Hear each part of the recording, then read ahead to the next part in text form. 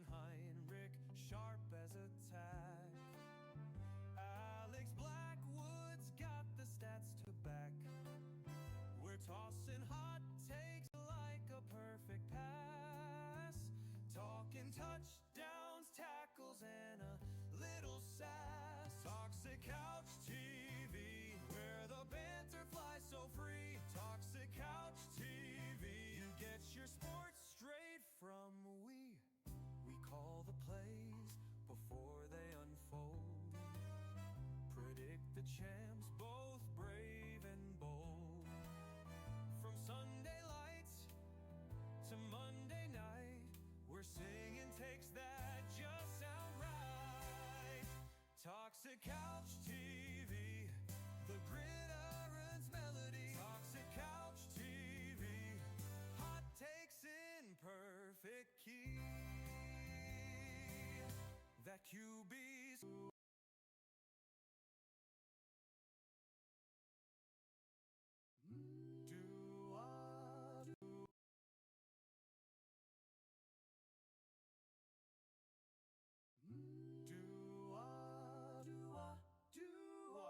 Hey, hey, hey, we're live from the couch where the big boys play. Colton Heinrich, sharp as a tack. Alex Blackwood's got the stats to back. We're tossing hot takes like a perfect pass. Talking touchdowns, tackles, and a little sass. Toxic Couch TV, where the banter flies so free. Toxic Couch TV, you get your sports straight from we. We call the plays before they unfold. Predict the champs, both brave and bold. From Sunday lights to Monday night, we're singing takes that just sound right. Toxic Couch TV, the gridiron's melody. Toxic Couch TV, hot takes in.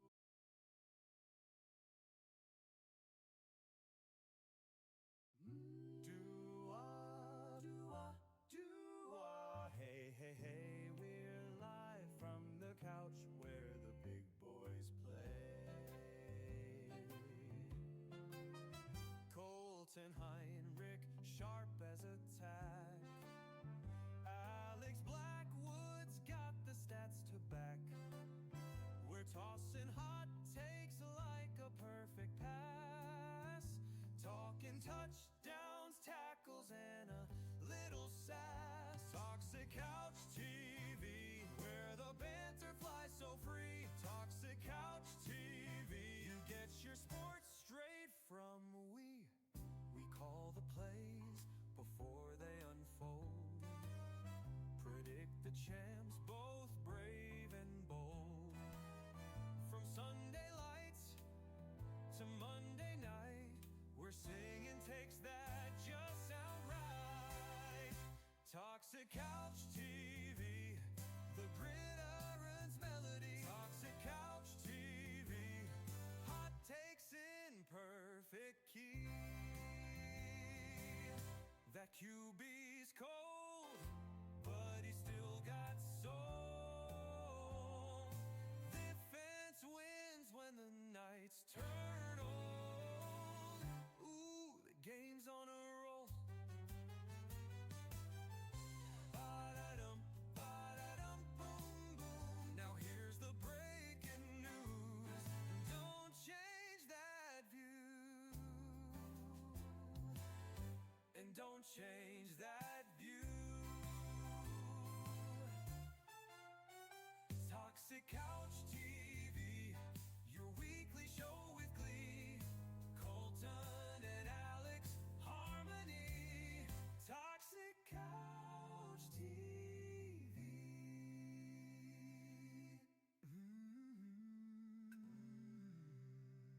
Stay tuned, folks.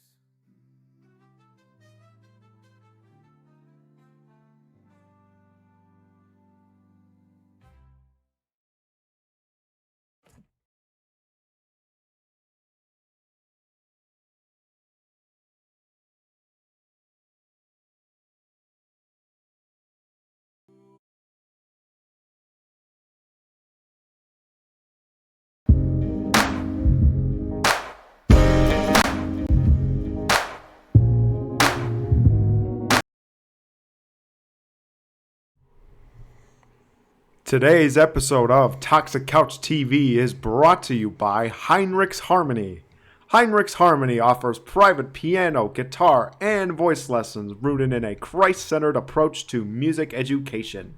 Whether you're a beginner or an experienced musician, you'll find lessons that help you grow in skill and faith. Learn more or sign up today at stepstograce.com and scroll to Heinrichs Harmony, where faith and music come together in perfect harmony. And with that, we welcome you to the Week 12 edition of Toxic Couch TV. Man, we're already 2/3 of the way through the year. Unbelievable that it's been that long. And there's been so much drama along the way, and we're going to bring more of it in this very episode. Yep. So, with... The light just fell. Yeah. That's my fault. I'll fix it. Yeah, while he's fixing that, Chaos. yeah, this was once again another crazy week, and we have a lot of things that we need to talk about. We're going to have a very long weekly stories segment, as a matter of fact.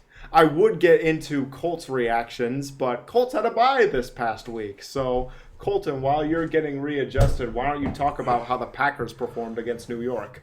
A lot of people were really frustrated by it. I wasn't. I thought that this was a good performance that the Packers needed. My wife was so sweet. She had tears in her eyes, and she was like, but you guys won. Does that mean that Jameis Winston lost? He's so smiley and so happy. And it was really funny. Like she's like, he tried so hard. Yeah, Jameis playing football is a good thing for the world. I loved every single second of it. Packers looked good. Micah Parsons looked good. That O-line for the Giants is severely underrated, if you had to ask me. I mean, wow, I was blown away. Packers definitely have injury problems. Pookie goes down, but we have the greatest backup in the entire league, Malik Willis. So the fact that he came in and, I mean, no issues at all. Throws a touchdown pass to Christian Watson. Watson gets 2 today or on Sunday. I was pretty happy as a Packer fan. A lot of people were saying Jordan Love did terrible and his numbers were terrible.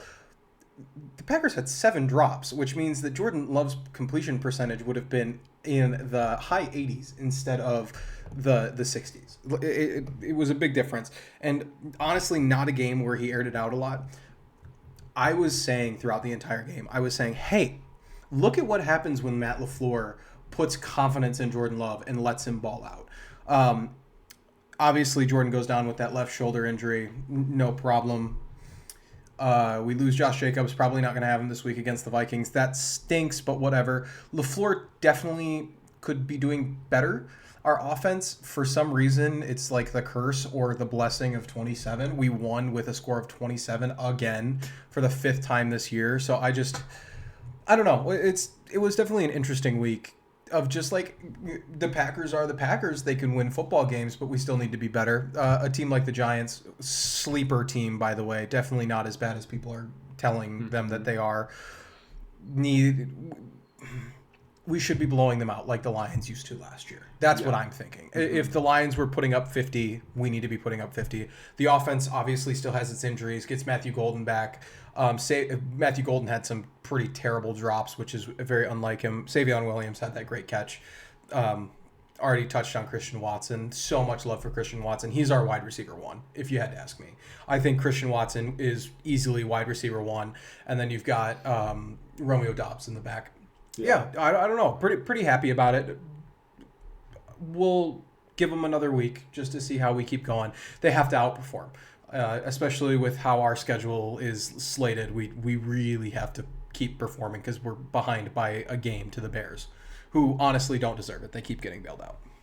Yeah, and they've had quite the easy schedule to go with it as well. Mm-hmm. We'll be definitely talking about the Bears later on, but in the meantime, we've got the next edition of Overreaction or Not. If you are new to Toxic Couch TV, this is how Overreaction or Not works. I will give Colton one of my reactions from last week, and he will tell me whether or not he believes that is an overreaction and give his reasoning why. And then I will say to the camera why I believe that this is an overreaction or not an overreaction. And then the tables flip. He gives me one. And back and forth and so on. I'm actually going to let you do the honors and start us out. Oh, hang on. I got to pull it up. Okay. Week 12, overreaction. Bryce Young is elite. Elite? Elite. Oof. I mean, there are lots of guys that can go out and have the type of game that Bryce Young had. I just want to see Bryce do it consistently and not get bailed out by Rico Dowdle a lot. So I'm going to say overreaction. Really? I did not think he got bailed out by Rico Dowdle this week. Not this week. I thought Rico didn't have a good game in terms of what we've come to expect from Rico.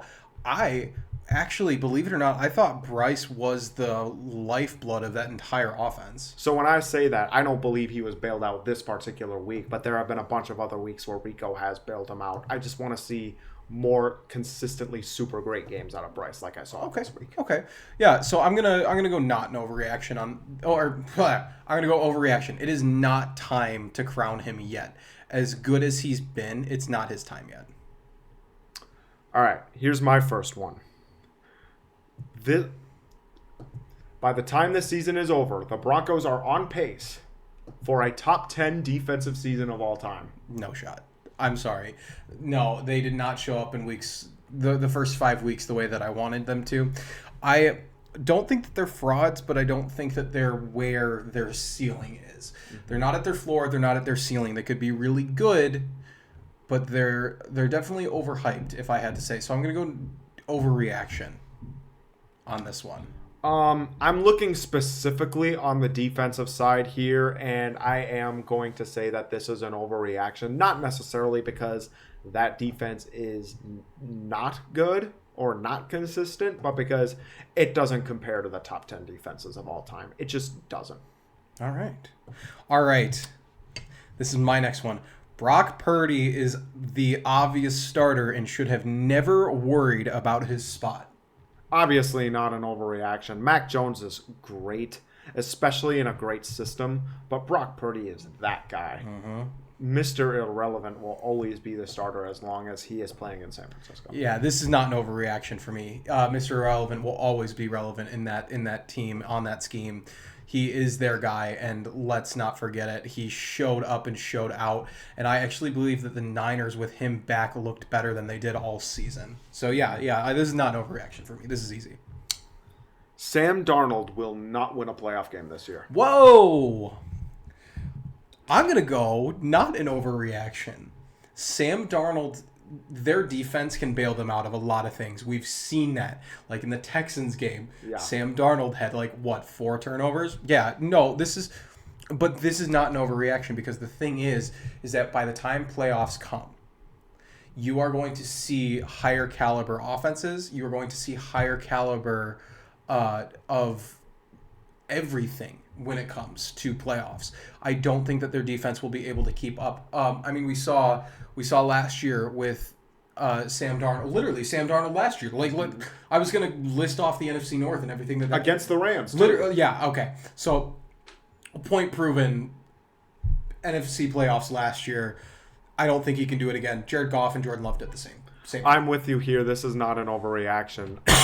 Excuse me. A lot of the other defenses that are leading the NFC are just too good, and I can't see them making it very far at the current state that they are at. I think our stream crashed. Are we back? Hello. We are back. We're having tech issues again today. Yeah. Wah, wah. Womp womp. Okay, I like that one. Let's see. Josh Allen is the MVP, and the Bills will be completely fine. Ooh. I remember we had this one a couple weeks ago, and you said overreaction.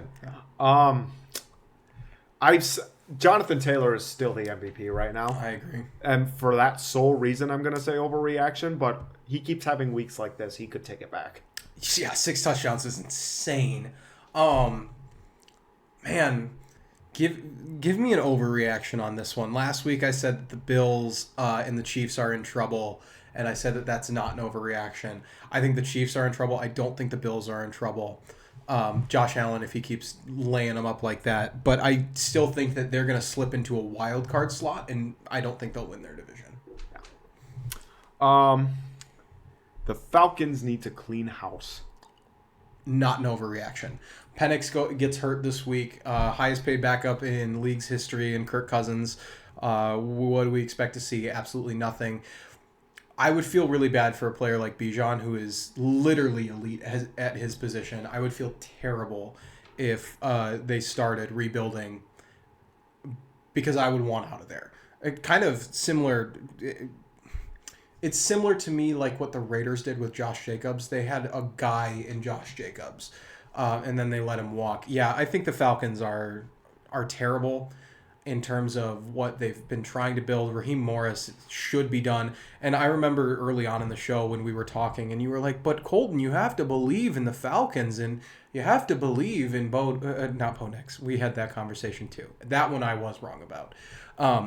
You need to believe in Penix. And I was like, I don't. On film, he looked terrible to me. Penix is not the guy. And if he was, I don't think that they should have force-fed him in and should have kept Kirk Cousins going. Actually, one of my later ones you kind of nailed on. One of my later reactions was Michael Penix as a bust. Yes, I'm with you on that, especially for what they wound up giving up. No, I'm with you on that. I am not going to say this is an overreaction by any means either. I don't know how the Falcons literally interviewed guys like Jim Harbaugh and a whole bunch of other great people, Ben Johnson as well. The fact that out of all those people they chose Raheem Morris after the failed Josh Freeman experience, absolutely ridiculous that the Falcons would go out and make a decision like that. I do have a question. Yes. Does the NFL still incentivize minority hires? They incentivize minority interviews. Got it. Not minority hires? Yes. Okay. So I was going to say, because that could be something. I wasn't sure which one they were incentivizing. Because it just seems that, not that Raheem Morris is bad because of his race, but it seems like it could have been possible to consider that they went with that direction because the NFL was pushing for that kind of stuff, which obviously you want the best candidate possible, and Raheem Morris has proven how good he can be as a coordinator. But I definitely don't know where the Falcons' heads were at when it came to the coaching job, for sure. Yeah, no. When you're awarded at very most a fourth rounder for something like that, which is definitely more of a bust chance than a boom, and it's not worth it. Right. Yeah. Respect to all the black coaches out there. But yeah, absolutely. I mean, Tomlin's top of his game, literally. Yeah. There's a reason why he's been there for so long. This is not a racial conversation. It's a conversation about, is incentivizing people to go out of their way to hire the people that are possibly not good for the job. I wouldn't care if it was any race. I just think that, obviously we need to be looking at the best candidates possible. And, I just don't know if incentivizing to go after one specific type of candidate is a problem. That would be like the NFL incentivizing teams to go after offensive-minded coaches. Yeah. And we're going to award you a fourth-round pick if you go after offensive coaches. That to me is, or I guess the inverse would be defensive coaches, because there aren't enough defensive coaches. Kind of ridiculous to me, just the incentivizing it in general. I guess I don't know much, but yeah. No. All right. Packers need to let live and let love loose. What do you mean by that exactly? The Packers perform better when Jordan Love is balling out. And that's absolutely not an overreaction. When Jordan Love is being an elite quarterback, and when Matt LaFleur is letting him throw bombs down the field, they need to let live and let love loose. Yeah, this is definitely not an overreaction by any means. Jordan Love, they just need to let him do whatever the heck he wants. I agree. You could see that Matt LaFleur took the reins off for Jordan Love this time, and it showed. It showed when Jordan Love came back into this game. Oh man, he was throwing lasers left and right. You would think that he doesn't have it, but I guarantee you, if you go back and watch Jordan Love's film, this is one of his best games he's ever put out. The Chiefs will miss the playoffs. I said this last week. Not an overreaction. This is not an overreaction. This was one of mine last week. No shot. I definitely believe that this is for sure not an overreaction. Look at who they've got two teams in their division that are doing better than them. I'm still going to say it's an overreaction. And not because I think the Chiefs are good by any means, but because I can't manipulate my brain into seeing the Chiefs will not be going to the playoffs. Like, the refs will help them out in some way, somehow. Do you know how much money the Chiefs and the NFL would miss out on if Taylor Swift wasn't at every single game? So much money. Yeah. All right, I'm going to go. Yeah, I already said not an overreaction to this one. I think they're going to miss it. All right, here we go, Alex. Another Packers one. The best player to wear 9 in the whole league, the real 9, is Christian Watson. Well, he's definitely better than another 9. Yeah, I had on here combined with it. J.J. McCarthy is buns. I actually what I had on here is the Vikings should move on from 9 at the end of the season. Yeah. So this can be a conversation about Christian Watson and J.J. McCarthy. What do you think? When you compare the two, I don't know who else wears number 9 in the NFL, Burrow. but I forgot about Joe Burrow. Does he come back this week or next week? He's TBD. He's a TBD? game time decision. Okay, but when you're just comparing Watson and McCarthy, I think there's a clear favorite for who's better. And his name is Christian, and he is arguably one of the best deep threats in the NFL. Hey, I get it, but I also meant this in comparing him to the other 9s in the league, including Joe Burrow. Well, he's the best in the league. That's what I said. Well, if we're being for real, Joe Burrow has been hurt. Hasn't really been able to show anything. Christian Watson also been hurt, though. That's true, but for less time. I'm going to go not an overreaction on this one. Christian Watson is the best 9 wearing player. We need to crown him the official 9 in the NFL. Yeah, not an overreaction for me either, as of right now. All right, so I already squeaked out that the Vikes should move on from 9. Myles Garrett is the defensive player of the year. Hands down, not an overreaction. He's the sack leader right now. I don't know how he manages to do what he does on the Browns. That man, and he still believes that the Browns are going to the playoffs. Yeah, no, not an overreaction. I can't break it down any more than that. It's not an overreaction. Definitely not an overreaction for me either. He is the one thing keeping the Browns afloat right now, and he is the one person with good character that actually wants to be there. Yeah. Like Tyrese Halliburton when he was on the Kings. Agreed.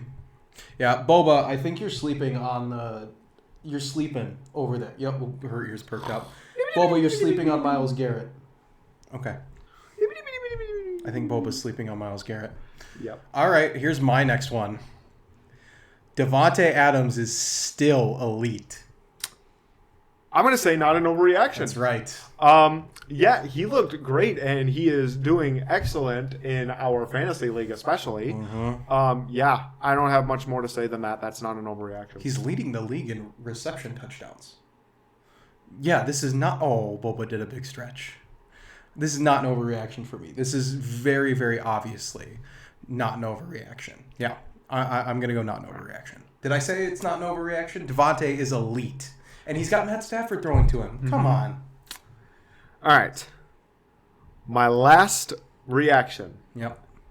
The Jets will draft Fernando Mendoza.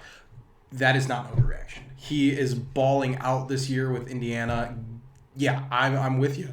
I was actually thinking about my mock drafts. I've definitely got him going number 1 overall. If the Jets somehow slip up, I could see it maybe not being the Jets, but number 1 overall, no questions asked. Well, the number 1 overall pick right now belongs to Tennessee, and you would have to think with Cam Ward, they would probably want to move down. I disagree.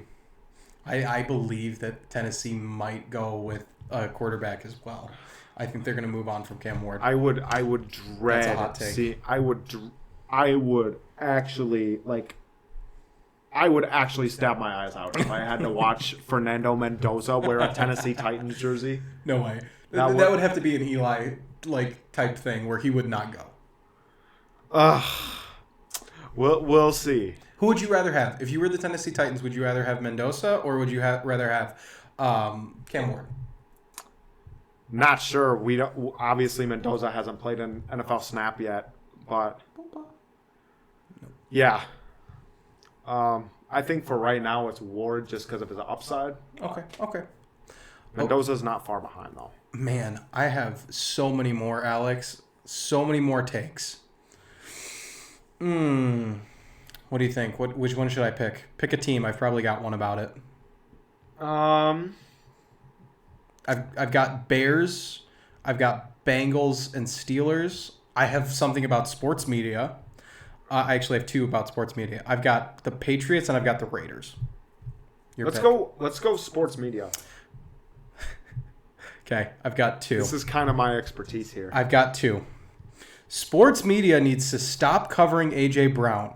His effort this year sucks, and it's not worth our time. And on top of that, Ryan Clark is really annoying. Oh, Ryan Clark being annoying is not an overreaction by any means. And I'm not going to go into the details. That's pretty much common knowledge. I'm going to say overreaction to the A.J. Brown thing. What? Not because it's not ridiculous at all, and it's not just ridiculous drama, but because I like seeing it. I think it is hilarious. I Can't stand it though, Alex. I have never worst. seen. I have never seen anything else in my life like complaining about your role with the team while on a Madden stream. I literally can't. I've refused. Every time. Oh, what is she doing? Every time this week or every time this year that it has come up about talking about AJ Brown, I said no. We're not talking about him. I refuse. I refuse. Him and the Eagles are the two. I refuse to cover them because of all this crap. Every year it's Sirianni, it's Hurts, it's yada yada. You know, it makes me so mad.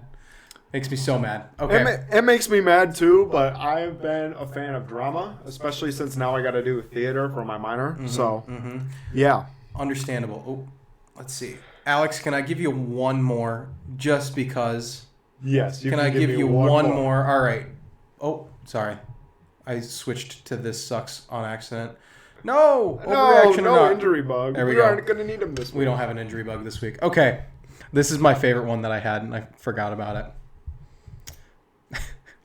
Oh, boy. The Bears still suck. Overreaction. No, they keep getting bailed out, Alex. The Bears still suck. I have to see them actually start losing games. Look, Here. have you seen who they've almost lost to?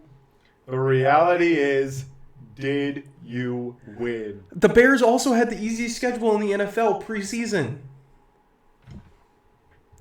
Okay, we'll talk about this later. Aaron We Rodgers. can only play who's in front of them. This is not an overreaction. The Bears still suck. For our bonus overreaction or not, bonus hot take. The Bears still suck.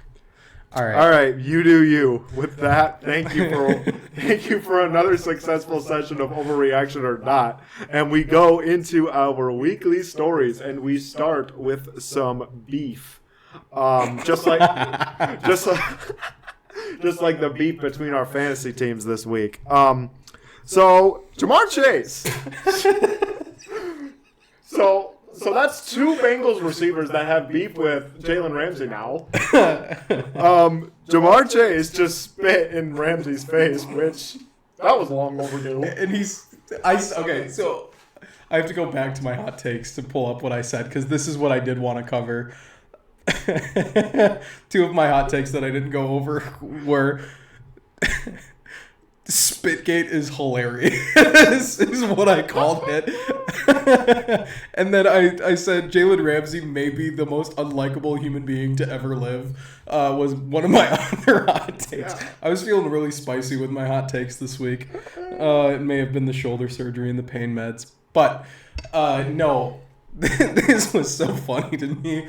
Jamar Chase, obviously don't be spitting on people. Like we don't allow that. Like Don't be spitting on people. That's gross. It's disgusting. The funniest part to me, and why I was going to say it's hilarious, is in the locker room after the game, he said, "Nah, I didn't do that." He did. And then they literally looked through the footage, and there was enough It is proof. clear as day. It was clear as day, too. It's one of the most disgusting pictures I've ever seen. Like the spit in between their helmets and like hanging down. Wow. If you the truly absolute elite ball knowers, hi Boba. Hi, Boba. Don't we'll step on say- the keyboard. We'll sweetheart. remember what happened in 1997 when Bill Romanowski spit in J.J. Stokes' face. And there was all this media drama about it. And he was even accused of being racist. Well, this that was was not that was the first thing that reminded me of. Don't step on the keyboard, baby. Yes, don't step on the keyboard. Come here. Oh, sweet baby. Oh, she does not want to be up here. She's camera shy. She's camera shy. Even though we have a whole book. She doesn't. Oh, never mind. She does want to be here. Oh, is she climbing the wall right now? She is climbing the Oh, wall. Boba's climbing the wall. So that leaves me with one more question for you about this. Yeah. Which Bengals receiver did Jalen more justice? Chase or AJ Green? I'm gonna say Jamar. Just the AJ Green thing, fantastic. I'm gonna say Jamar, just because he got Jalen Ramsey ejected number one because Jalen just throwing yams. This was so funny to me. Obviously Jamar Chase suspended one game as a result. But after, in the locker room, after there is clear video evidence, and after Jalen was like, "Nah, he spit on me," Jamar literally goes, "I didn't do it." I'm going to say AJ Green, actually, because I vividly remember Scott Hansen's iconic call of it. He literally said word for word, AJ Green and Jalen Ramsey, two stars on their respective sides of the football, get into a huge fight and everybody goes after it. No one has any chill at this moment, and they're after it. AJ Green has been ejected. Jalen Ramsey has been ejected. One of Scott Hansen's greatest calls of all time. I tell you what. Also, Jamar stayed so loyal to the fact that he did not do it, that he sent it through NFLPA appeals to try to get his suspension lifted. This is one of the funniest things that I could remember in a long time. We need more grown men beefing like this. This is the best. Oh yeah, for sure. Yep. I hate to change the subject, but let's go back to the topic of Bryce Young as we go back to Boba, another cat besides the Panther. Yep. Bryce Young, nearly 450 yards and 3 touchdowns. What a week. What a week for Bryce Young. Yeah, I already touched on it. Is he elite? Is he not? Definitely not elite, but is he good? Heck yeah. Anybody who had questions about Bryce Young, you better stop. Will he be elite with more games like that? Absolutely. Yeah, absolutely. And a lot of people say, well, he's too small. I do worry, Alex. What if he becomes Kyler Murray? Because Kyler Murray, we were having conversations years ago about Kyler Murray being an elite quarterback. Kyler Murray has just lost his job in Arizona. We don't have to worry about that conversation for Bryce just yet. Okay, right. Too early. I don't want to think about that just yet. I will say this. Bryce Young, pro baller, all-pro player. Let's put it at that. Maybe not elite, definitely a Pro Bowl player. For sure. Oh, yeah. Yeah. Absolutely. If the Pro Bowl even meant anything anymore. It doesn't. We also talked to Sam Darnold, and the headlines that I got were word for word I'm reading it right that now. he had the second incident of seeing ghosts. That's great. Yeah, I've been talking about it all week. Yeah, Sam Darnold, that iconic moment, I'm seeing ghosts. He saw some ghosts, but it was against the Rams, and the Rams can disguise their defense fantastically well. I wouldn't panic if I were the Seahawks. He has JSN and Rashid Shaheed to throw to now. It'll be fine.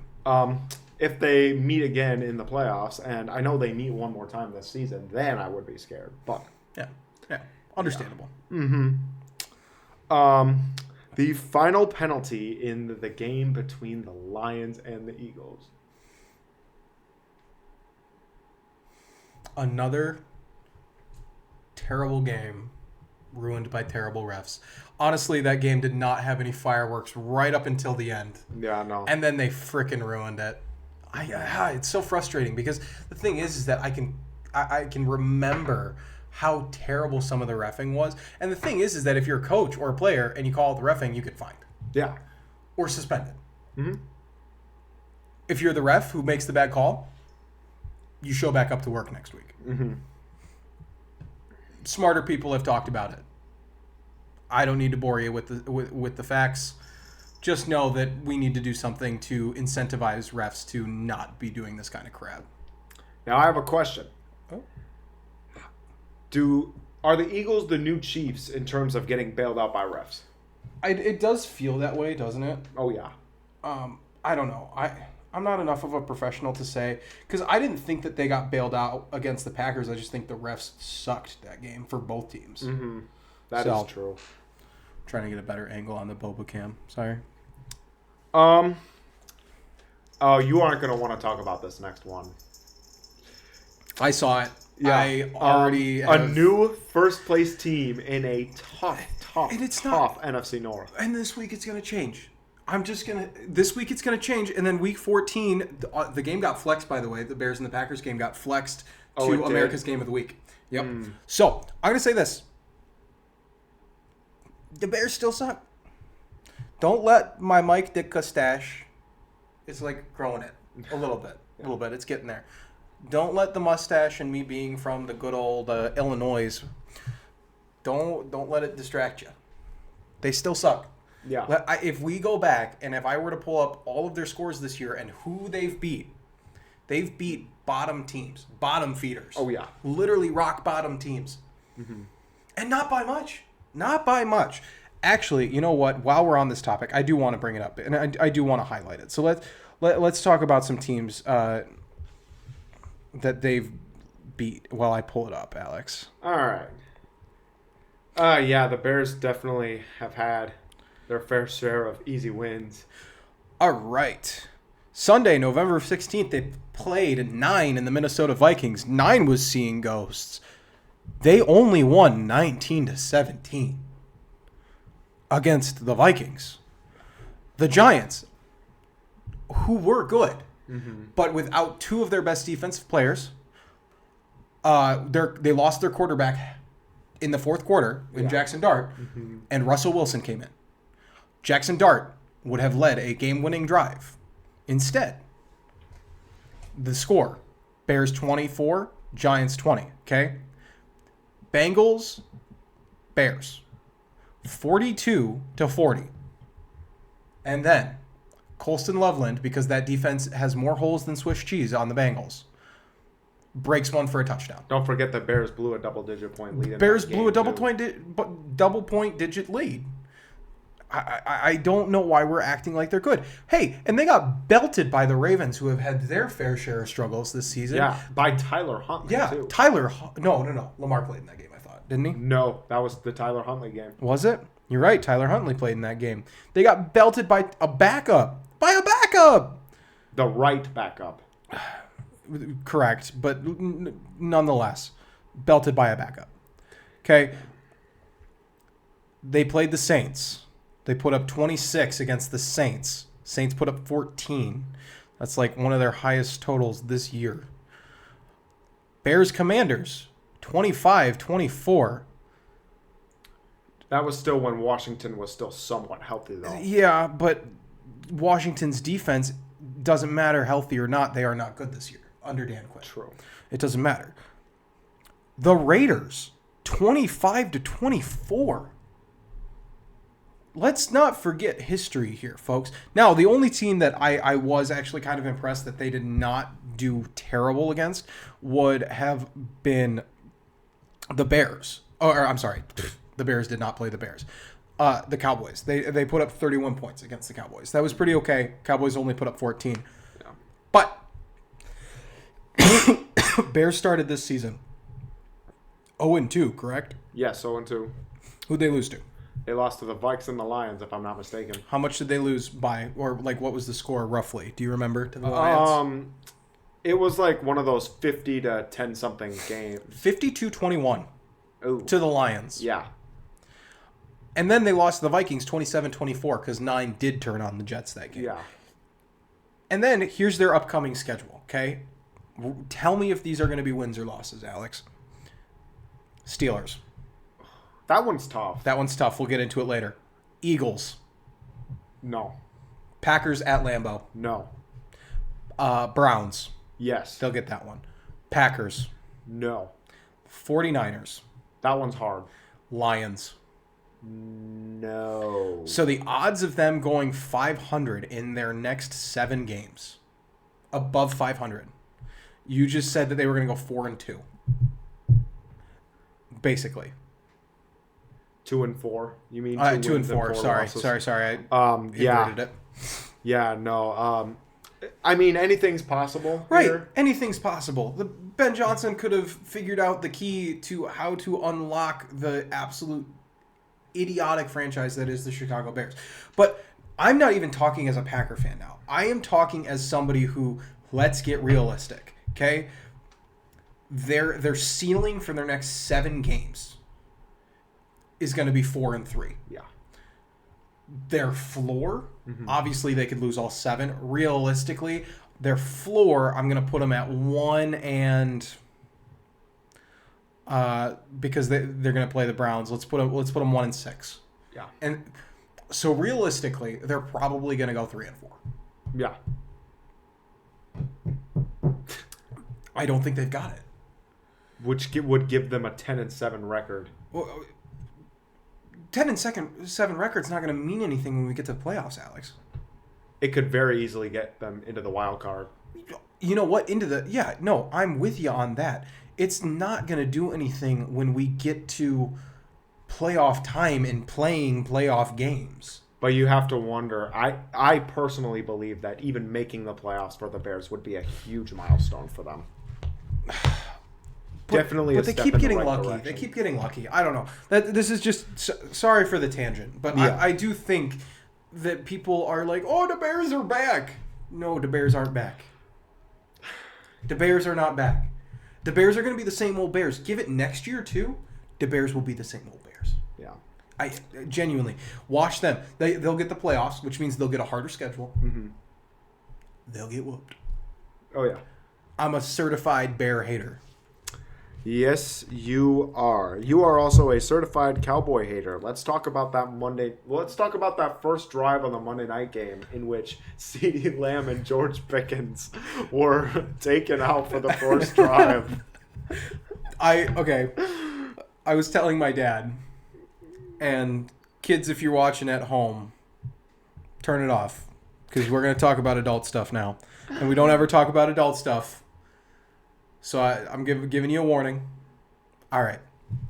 I wish Matt LaFleur had as big a balls as Brian Schottenheimer did. That's what I'm going to say. Oh, my God. Listen, I know we try to keep it family friendly and PG, but that's what I'm going to say. He's got some really big leathers down there. And I wish. Can you imagine... In today's NFL, your 2-star wide receivers, you want to set the tone. You get the ball first. They're not on the field. And do you know why they weren't on the field? Yeah, because they violated their curfew. They were out partying until 6:45 a.m. in the casinos. Yeah. That's unbelievable. Do you think the Cowboys culture will ever change? It's not the Cowboys culture. It's George Pickens and CeeDee Lamb. What are you talking about? But we've had so many incidents in the past 10 years with Dallas Cowboys players violating curfews or committing crimes. And when you pair that with going to Vegas, it's going to cause problems. Whose idea was it to move the Raiders to Vegas in the first place? People are going to go out and they're going to party. Better than Oakland. I can't even deny that. No, Schottenheimer's, you know what? Good on him. Good on him for keeping his 2 guys out. That is good coaching. Yeah, I have it is. so much respect for Schottenheimer after this move. Yeah, I'm with you, Alex. This is good. Yeah. Not good because you don't want to see them sitting on the sideline. However, that picture was hilarious with them both standing there. I loved it. I loved it so much. Oh my gosh. One more weekly story for us this week. Odell Beckham is now eligible to sign with the team now that his suspension is over. What was his suspension even for? I can't remember. Was it illegal substances? Might have been. I can't remember. I'll pull it up. But he cited 3 teams that he might want to join, and those 3 teams are the Pittsburgh Steelers, the Kansas City Chiefs, and the Los Angeles Rams. Performance-enhancing drugs. Yeah, I figured. And he denied that, by the way. Yeah. I would like to say. But Liar. they kept them anyway. Liar. Let's talk about how he would fit on both of those teams. I know we talked earlier about the Steelers and Chiefs, how he would fit on there. What about a reunion with the Rams? Oh, he would love to go back to the Rams. But you know where he wants to go as well that he's mentioned? The Giants. How fun would that be if they sign him to a 2-year deal? So they've got him for the remainder of this year, and then they've got him for next year because they're going to need somebody to be a bridge until Malik Neighbors can come back. Yeah. That would be... He's a great slot receiver. I don't know. Odell's starting to become... oh, gosh. I can't even remember his name now. Oh, gosh. A diva? No, he's been a diva. Gosh, what am I trying to say? Colin Kaepernick. Oh, my gosh. Yeah. He's becoming Colin Kaepernick, like, where he, like, waits and says, hey, I'm NFL ready. But, like, NFL teams will take Odell serious, but not Kaepernick. Yeah. I wonder if Kaepernick will ever get signed by a team. He'll say again next year, I'm ready to sign. I am ready. Yeah. I was drafted in 2011. And I'm still good to play. Yep. Yeah, I don't know. I would like to see him go back to the Giants. I think that would be fitting. And I think the Giants have a bright future even without Dable. Oh, yeah, for sure.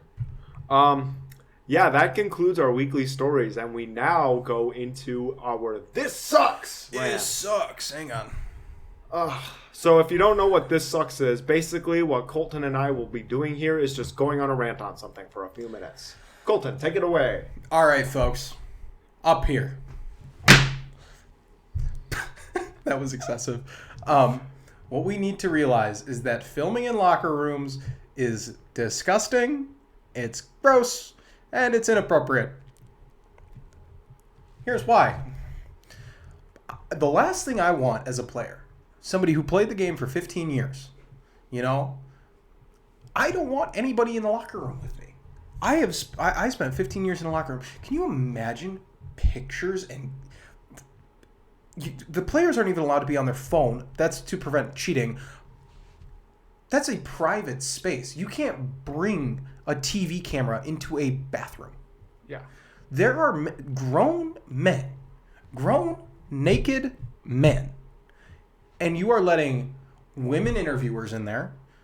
You are letting women camera operators in there. You are letting men camera operators in there. Camera operators, period.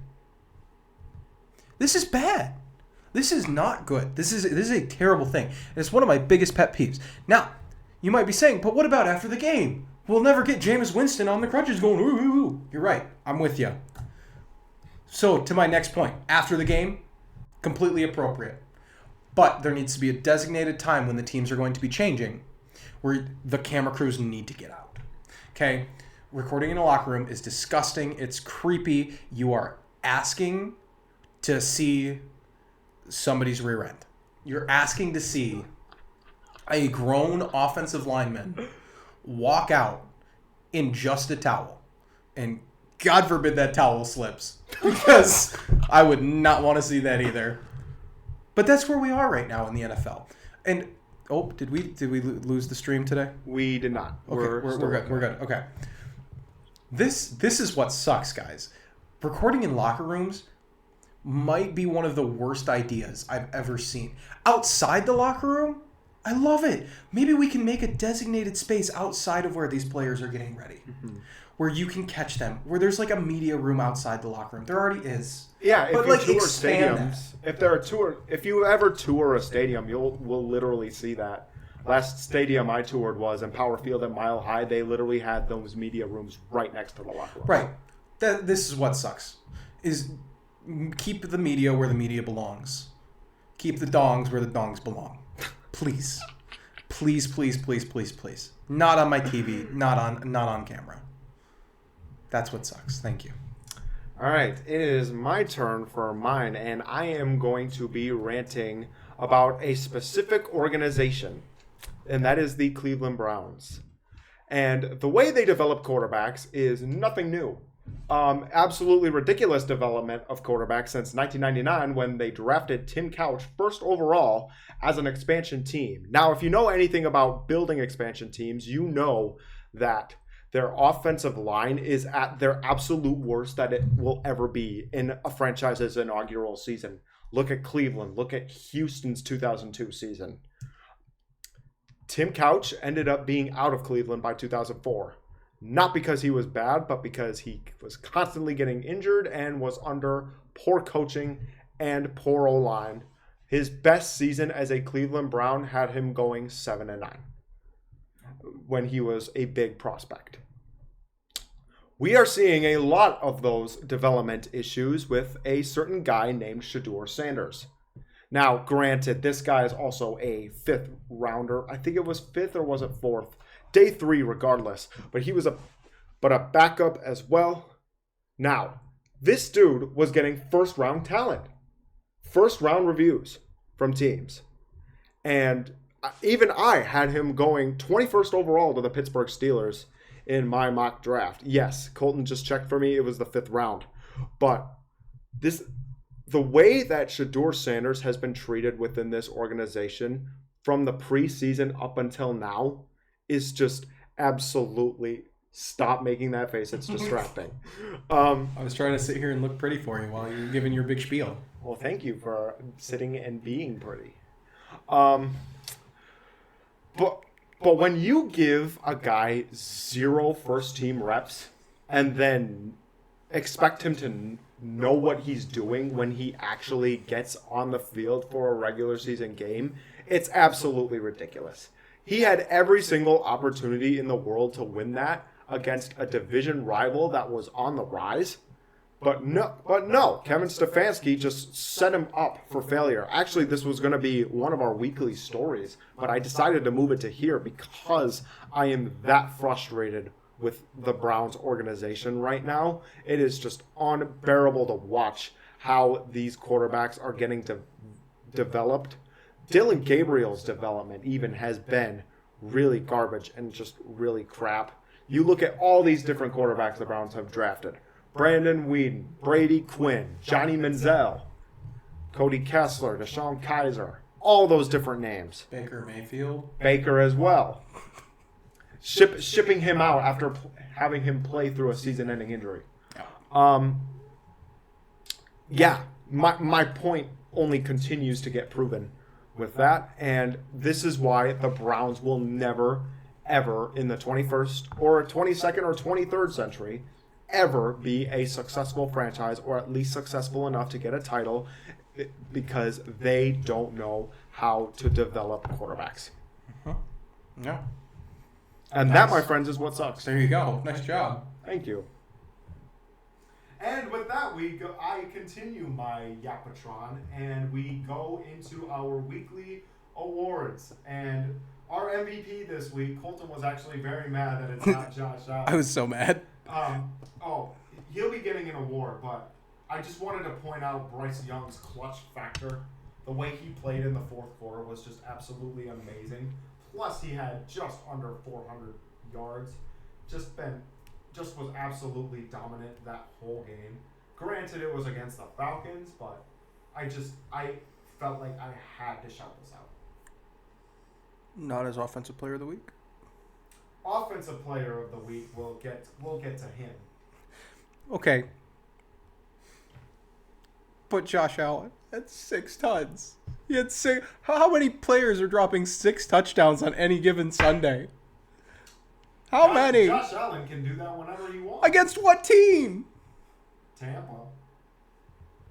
Tampa. Super Bowl contending Tampa. Yeah, that's laughable. They're Super Bowl contenders this year. Absolutely. Tampa's absolutely a Super Bowl contender this year. Don't even. Overreaction. No. Overreaction. Wrong segment, buddy. No, I'm just kidding. No, Tampa is a good team this year.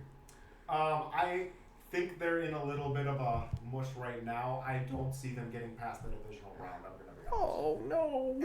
Anyway, Bryce Young is my MVP solely for his clutch factor, and we'll get to Josh Allen later for his dominance. But in the meantime, we go next to our Coach of the Week, which you saw the award. I did. I know.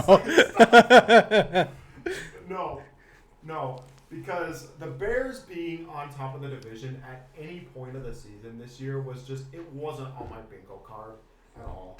And Ben Johnson has transformed the culture, transformed the whole offense, has just done an excellent job with the team.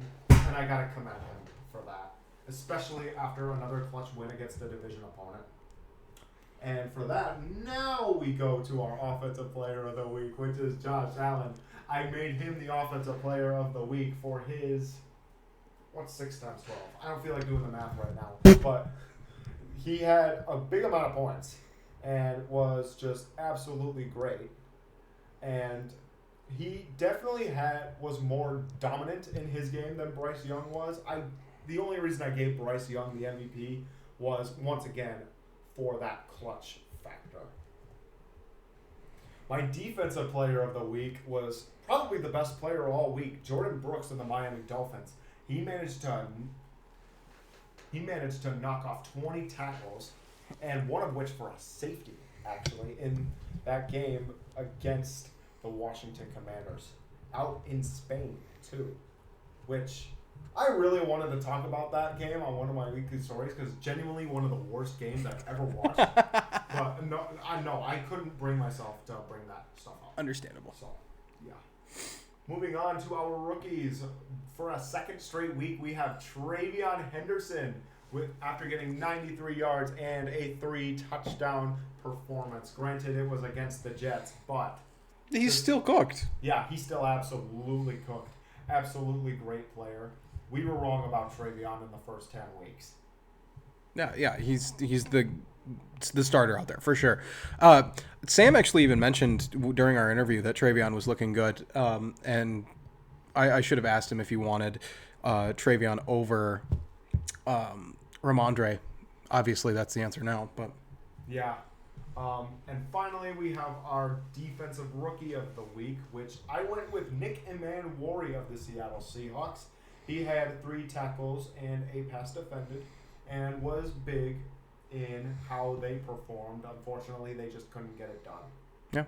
Yeah, they didn't get it done against who I would, if we would have had power rankings this week, would have been the number 1 team. Yeah. Yep. All right, Colton. It is time for our feature presentation of Toxic Couch. We got to get to that first game, and it is time for our feature presentation, which is our Week 12 game picks. Yep. Let's go over last week. You went 11-3. I went 10-4. So we both had solid weeks.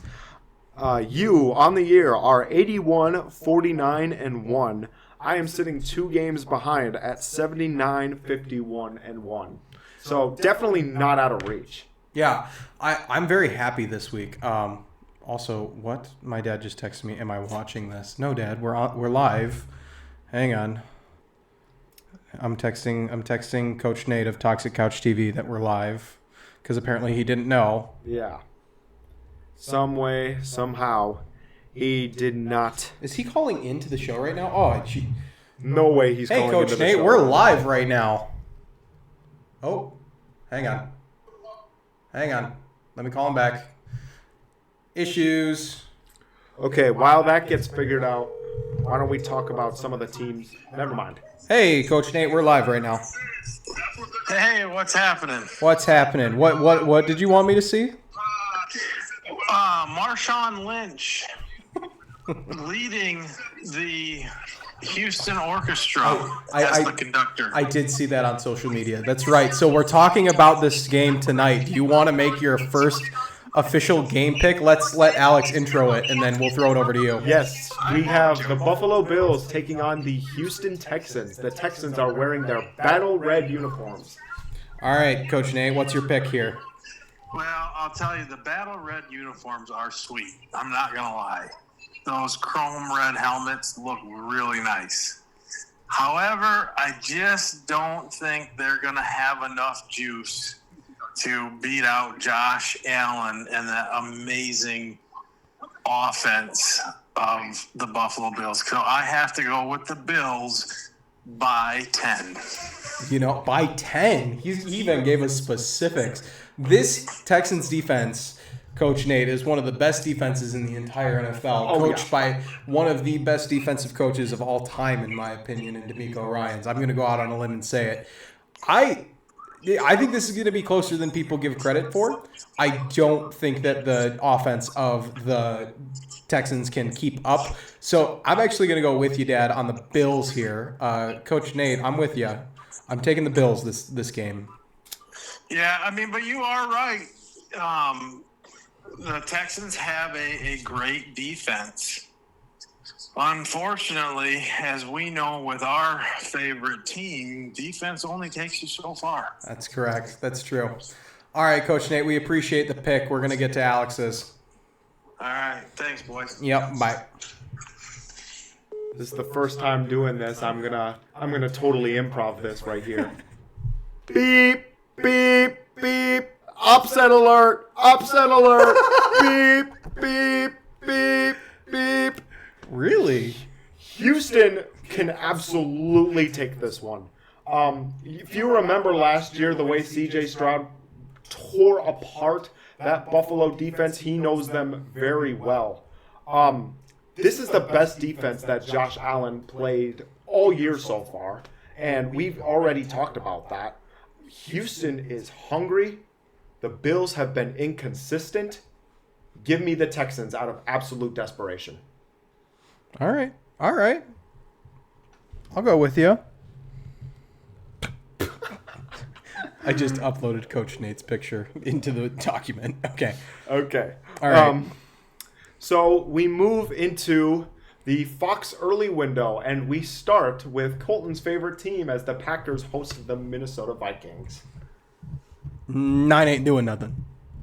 9 ain't doing squat. 9 ain't doing squat 9 either. ain't doing squat. I'm with you. 9 ain't doing a thing.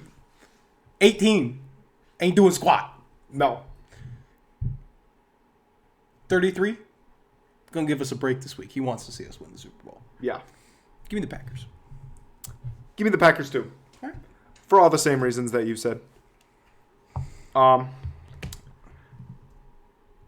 we got the New York Giants taking on the Detroit Lions. Jameis starting again this week, or is Jackson Dart back? Not sure if Jackson Dart is cleared or not, but it's looking like it. If Dart's back, this is actually going to be closer than Lions fans would like to admit. Yeah. Oh. Shout out Joey. Shout out Joey. Oh. This is a tough pick for me. I'm going to go Detroit just because. Yeah, Detroit's definitely the safe pick here. Yeah, I don't see the Lions falling to 6-5. That'd be rough. Yeah, Lions fans should be on panic mode if they lose. Oh, Joey's watching right now. Yeah, oh, Joey! yeah! I didn't even see you were in the chat when I shouted you out. Yes. Yeah! I manifested Joey being here. Yes, Joey, it was a tough pick for me. I'm unfortunately rooting against you this week. But yeah, Joey, I love it. I didn't even realize you were here. Hi, Joey. We love you. Hi, Joey. All right, Alex, what's your pick here? I already said it before. I am going to honor Joey here and take the Lions. Gotcha. The Lions are the safe pick. I think Jackson Dart can make it close, but he's not winning this. Yep, I'm with you. Ooh. And finally, for the Fox window, we have the Seattle Seahawks taking on the Tennessee Titans. Seattle 100% of the way. I would be shocked if Seattle's defense can stop anything. I mean, Sam Darnold can see ghosts. Did I say Seattle's defense stop anything? I meant Tennessee. Sorry. Sorry, I should really have shoulder surgery and take shoulder painkillers more when we're on the show. Yeah, I'm with you. I got Seahawks all the way here. All right. They're just taking the rest of the year off. The Titans are, I think. We move over to the CBS window. This is not Toxic Couch Game of the Week? I forgot to put Toxic Couch Game of the Okay, well, Week. this is... I'm dubbing this Toxic Couch Game of the Week. Yes, I believe that this is also the Toxic Couch Game of the Week. The Colts had to get on there at some point. But regardless, Jim Nantz and Tony Romo covering the Colts and the Chiefs. Give me the Colts here, Alex. Here's why. I think conservative play calling, more mediocre defense than the Chiefs, I think is going to be the way that you win. I know Daniel Jones showed up on the injury report. Yeah. I know that that's a spot of concern. Jonathan Taylor is going to run and run and run and run. That boy is going to run through somebody's face this weekend. Jonathan Taylor is the MVP, not Patrick Mahomes. Clock it. Give me the Colts. Jonathan Taylor can run and run and run. But what happens if Steve Spagnuolo has a game plan for him? What then? What if he has a game plan for that O-line? What then? That's been the concern ever since the Steelers game. And it's very stressful because I know that they are putting everything on the line here because the Chiefs need this right now if they want any chance at the playoffs, especially since we got to go to them. I got to take the Chiefs here. Okay. All right. Well, every time you've picked against the Colts this season, they've won. That is true. Just saying. I do it to lower my expectations so I'm not as sad when I lose. Understandable. All right, Alex, I'm going to intro this one. Aaron Rodgers returns to the field that he owns. He owns them. He owns them. He still stinking owns them. The Chicago Bears. Is it Aaron Rodgers who has ownership? Or is it the Green Bay Packers? I would like to say it's Aaron Rodgers. You know, Aaron Rodgers went 11-0 at one point against these guys. I'm going to go with Aaron Rodgers here. I know he has a broken left hand. Who cares? Yeah. He's about to drop a flu game. I heard somebody say in sports media this week. I'm pretty sure it was Rich Eisen. This is going to be an incredible game. This is the game I have circled. Is it the afternoon window? Early window. Gosh darn it, which means I'll have to watch it alongside the Packer game. Aaron, go kick butt this week, dude. I am going to go with the Steelers too. Because he still owns them. He still owns them. All right. Next we have the Patriots taking on the Bengals. This is not hard, Alex. No, it's not. This is Burrow does come back, possibly. Patriots still take it. Oh, with no Jamar? Just T. Higgins instead? Well, even with Jamar. But that's not the world we live in. So I'm going to go Patriots here. I do think if Jamar's here, it is more of a toss-up. Yeah, no doubt. The Bengals are in too much of a mess now to get everything fixed before this one. I got to take New England here. Yep, I'm with you. And finally, we have the New York Jets taking on the Baltimore Ravens in the early window. Yeah, so this one's not hard either. Tyrod Taylor starting this week. Justin Fields has been benched. Yeah, I forgot to put that in the weekly stories. We'll touch on it here. Absolutely stupid decision, I think. Ridiculously stupid decision. But Baltimore Ravens, other bird team. Baltimore Ravens are taking this. They need every single win that they can get. The Steelers are still ahead of them. Ravens trying to crawl back onto that deficit that they had. I'm with you here. Baltimore needs this more than any other team. They are hungry. They need to get in. They got to make stuff happen. Agreed. We go to the late window, and we start with the Jacksonville Jaguars and the Arizona Cardinals. I'll let you go first. I told you last week how I feel about the Jaguars, so I will let you go. Marvin is out this week.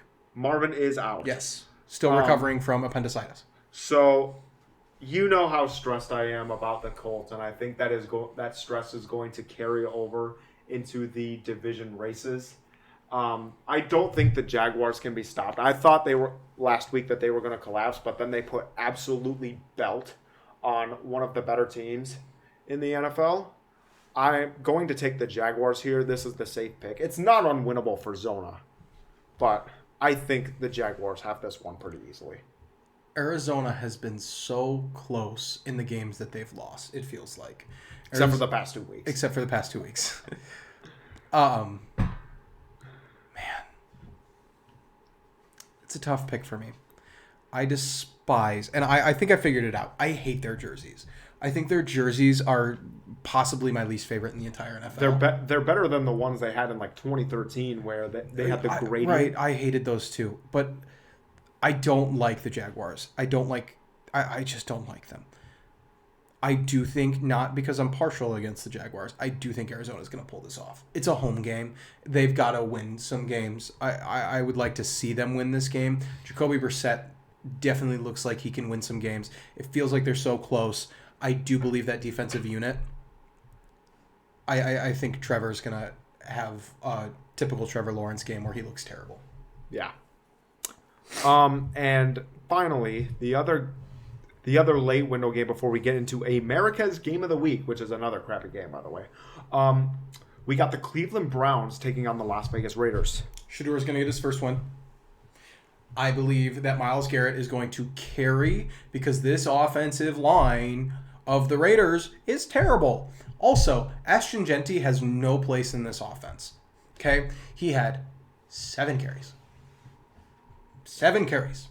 All game long. And if you watch the film, how are they using Ashton Genty? They're going to go, oh, play action. We might run with Genty.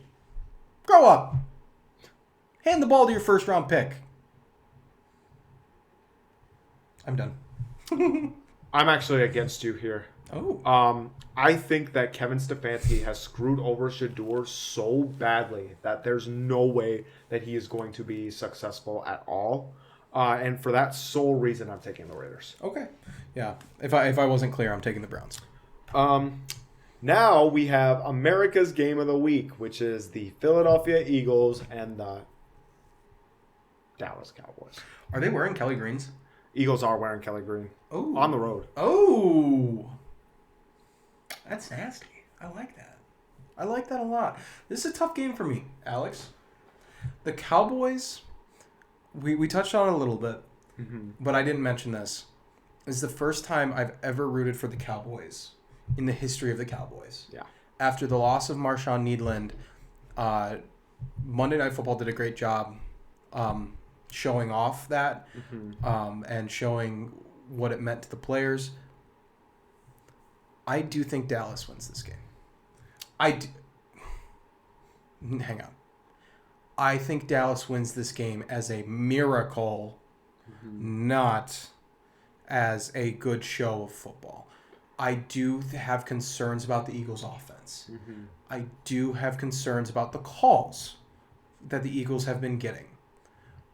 But I do believe if you're going to be a ref and you're going to make a bad call, you're going to make it against the team that's Super Bowl champions, or are you going to make it against the team who just had a player pass away? I think you're going to see pretty clean reffing this game. And yeah, I'm going to take the Cowboys in an upset here. I'm against you. I'm going to take the Eagles. They've just been firing on all cylinders. I think we are going to see a generational beatdown. Oof. Yeah, see, I don't see that. I think that their offense... Did you see George Pickens and CeeDee Lamb? Yes. Like, those guys were balling out, especially Pickens. And there's not going to be any infractions this year. Schottenheimer is a better coach than Sirianni. That's what I'll say. Yeah. Now we have the Atlanta Falcons taking on the New Orleans Saints, another big rivalry. Alex, you take this one. I haven't decided yet. I got the Saints here. I think the Falcons are cooked as a team, as a culture, for at least the rest of the season. I've been impressed with Tyler Shook so far. I think he can pull... If he can pull it off against the Panthers, then he can pull it off against the Falcons. And that is my reasoning for why the Saints will win this. Kirk Cousins needs something to get him going. Yeah. So I'm gonna take the Falcons just because I think Kirk Cousins is gonna get a little bit of movement here. Yeah. Yeah. Yep. I'm gonna go with the Falcons. All right, and then we go to Sunday Night Football, a good matchup between the Buccaneers and the Rams. Buccaneers can't drop another one. No, they cannot. They can't drop another one. I'm gonna be honest with you though, the Rams are hot. The Rams are so hot. They always are at this point of the season. Buccaneers can't drop another one. Give me Bucks. This will be a shootout of a game, but if they lose to another top tier team, that's not good for their playoff hopes. Mm-hmm. This is one of the most underrated rivalries in the NFL. Mm-hmm. The Rams are going to take this. They've been so hot. I can't pick against them unless they're playing like Philly. Okay. I gotcha. Yeah. I gotcha. Last And game. we have an underrated matchup for Monday Night Football. Super underrated matchup. Yeah, the Carolina Panthers are taking on the San Francisco 49ers. Brock Purdy's back. George Kittle's back. Did you see George Kittle? He balled out. Oh, yeah. Brock Purdy's at the helm. I'm taking the Niners. I think Niners are going to the playoffs this year, and I certainly hope that the Packers don't meet them there. Yeah. That would be terrible for me. So yeah, I'm taking Niners. Wow, this one is hard. Christian McCaffrey revenge tour here. Two good running backs going at it. Oh yeah, for sure. And they'll beat you in different ways too. Yep. I would say, not to change your mind on where you may be going, the defense of the Niners takes the cake in this one. That's very true. This is so hard. It's a tough game. I think I am going to literally flip a coin and say the Panthers just to oppose from you. Okay, we have a lot of games where we're opposed Yeah. this year or this week. Yeah, and if that's what it takes to get ahead of you, then I will happily take it. Nice. I have to take the lead in this somehow. All right. Well, that's all of our game picks. Yeah, Alex. that wraps up our Week 12 game picks, and that wraps up this episode of Toxic Couch TV. But before we go, just a big thank you once again to our sponsor, Heinrichs Harmony. They offer Christ-centered piano, guitar, and voice lessons, plus worship band and ensemble opportunities for musicians of all levels. If you're looking for lessons that inspire both your talent and your faith, visit stepstograce.com and scroll down to Heinrichs Harmony, where faith and music come together in perfect harmony. Alex, I'm not going to lie to you. This may be the most fun I've had on a show. Yeah, no, Like, I'm totally going to agree with you here. All year, out of all the shows that we've done, this has by far probably been the most fun that I've had. Oh, yeah. Just messing around and having fun. I don't think I've laughed harder on the show. This was a good week. This was a good week. No, this was an absolutely fun one, too. Spitgate was insane. Like that I'm calling it Spitgate. I am starting to call it Spitgate. I don't care. I think that is the funniest thing that has ever happened in the NFL. It was hilarious. You know what else made it super fun? We got to see Boba again. Boba Cam almost, yeah, and she was pretty active today too, except now she's sleeping. Boba! Boba! Trying to see if I can get her to turn around. She's not. Oh, Boba! Oh, sweetheart. Oh, child of mine. Hang on. I'm gonna get up and poke her. Hello. Oh. Hello. Hello. Boba Cam. Yay. Boba Cam. Yahoo! Peak. All right. Yeah. Boba moment. Yeah, no, this was great. And we're done before Thursday Night Football starts. Next week will be a little bit different, a little bit of an abbreviation. Oh, she just rolled over. How cute. Yeah! Oh, a little bit of an abbreviated show. Thanksgiving. Mm-hmm. Man, I don't even know what to say at this point when we get to the show. I'm just super thankful, super glad that we get to do this every week. Super glad that we got people watching. Joey in the chat today was so hyped. Thank you, buddy. We love you. Thanks, Joey. Yeah. I don't know. What do you got, Alex? Yeah, this is going to be an absolutely fun week. Chiefs Hate Week has been going strong for me so far, and I really hope that we can get on the winning side of that. I might be able to get Amaya to wear Packer gear this weekend. I might. I might, because she refuses to wear anything Packers. Anything. Why?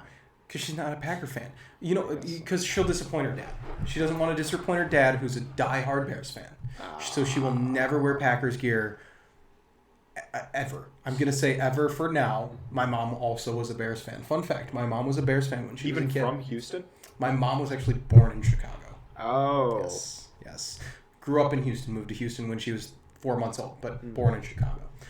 But I do think Maya hates the Vikings. Hates them.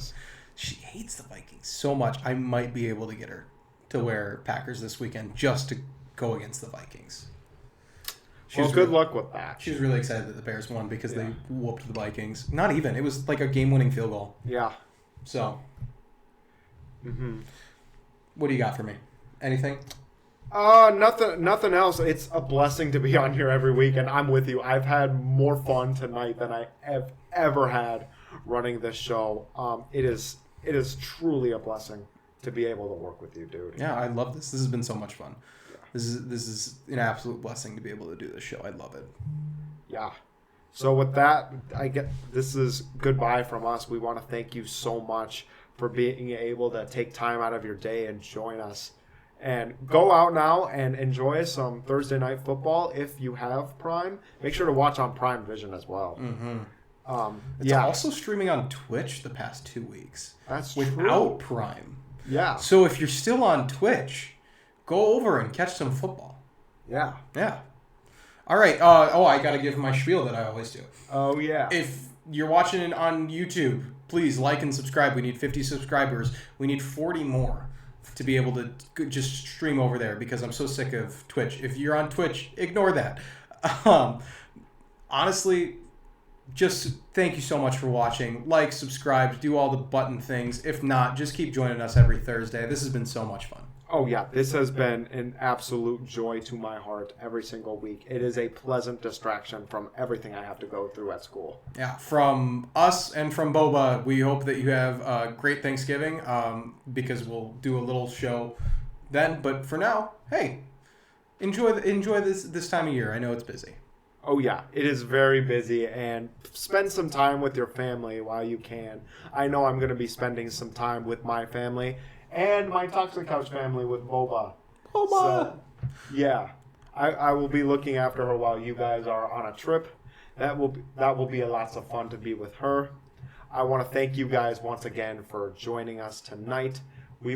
Are we going Tuesday of next week? Tuesday, yes. All right. We're going Tuesday. Let's go Tuesday then for next Short week. Yes. So, yeah, once again, I just want to say thank you guys for being here. It's a blessing. Yeah. And with that, good night. Good night.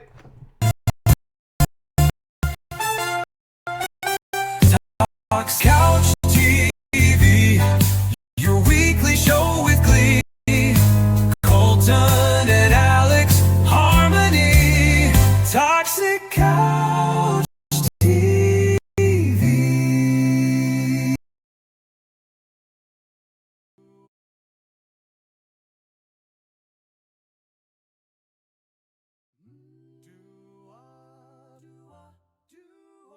Hey, hey, hey, we're live from the couch where the big boys play. Colton Heinrich, sharp as a tack. Alex Blackwood's got the stats to back. We're tossing